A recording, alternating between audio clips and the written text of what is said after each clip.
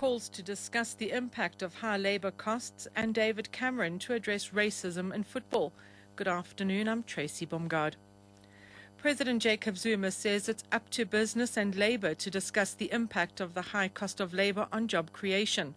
In his State of the Nation address in Cape Town on Thursday, the President urged the private sector to be more positive, mentor and support emerging businesses and increase investment both in South Africa and on the continent.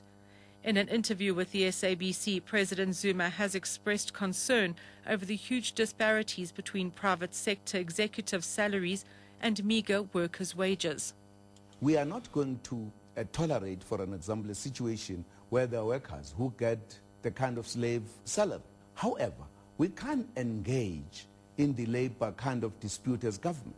That's a business between business sector and the workers. Private sector saying the cost of labor, very high. The workers saying, yes, we hear you, but you pay yourselves too high. Now, I don't think the government must get there. Government must create an environment where we are able to make these two discuss this matter and see where it goes. It does concern us, indeed, that the gap is too wide. The full interview will be broadcast on Asikulume on SABC 1 at 6:30 this evening. Whitney Houston's sudden death on the eve of the Grammy Awards in Los Angeles has shocked the music industry. Houston had been due to attend a pre-awards party in the Beverly Hilton Hotel, organized by her longtime mentor and record industry executive Clive Davis. Davis went ahead with the party, holding a minute's silence before telling the audience that he was devastated by the loss of someone who had meant so much to him.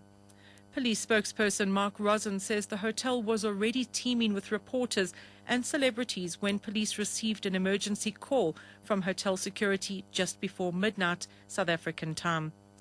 Houston was one of the most celebrated female singers of all time, with hits including I Will Always Love You and Saving All My Love for You.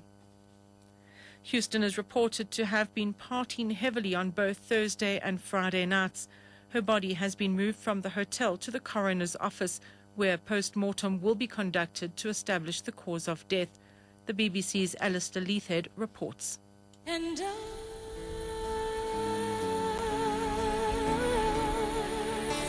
will always love you. It was a perfect voice that inspired a whole generation of female singers.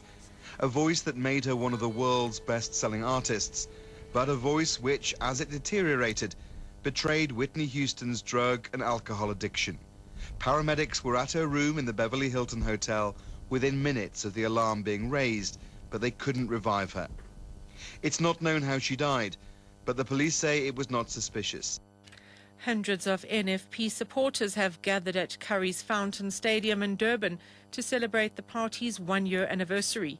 The party was formed last year after its president, Zanele Kamagwaze Msibi, left the IFP and took along with her many supporters. The SABC's Zanele Buthelezi reports. NFP supporters have painted Curryfontein orange. They have been bussed in mainly from different parts of the province of KwaZulu-Natal to celebrate their party's one-year anniversary. The IFP Breakaway Party put up a good showing in the local government elections in 2011 and held its inaugural elective conference last December. During her address, leader of the party, Zanele Kamagwaze Msibi, is expected to unveil the party's program of action in the run-up to the 2014 elections.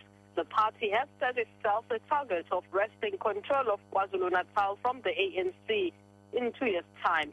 Zanele Buthelezi, SABC News, Curryfontein, Durban. SADC are to back South African Home Affairs Minister Nkosazana Dlamini Zuma in a second bid to be elected as head of the African Union Commission following a deadlocked vote at last month's AU summit in Ethiopia. Angola's Minister of External Relations, Georges Robelo Chikoti, made the announcement after a meeting of SADC foreign ministers in Cape Town. Chikoti says SADC did not do enough last time round to convince AU members that it should be Southern Africa's turn to lead the continental body. And we are going to work and convince others with all the strong arguments that we have. All other regions have had this position and through democratic processes, and we have worked with them. So what we are asking them this time is for them to allow us this chance. Further afield, British Prime Minister David Cameron is to hold a summit on racism in football, following a series of high-profile incidents in the sport. Yesterday, Liverpool player Luis Suarez refused to shake hands with Manchester United's Patrice Evra before their English Premier League match. Suarez served an 8-match ban for racially abusing Evra in October.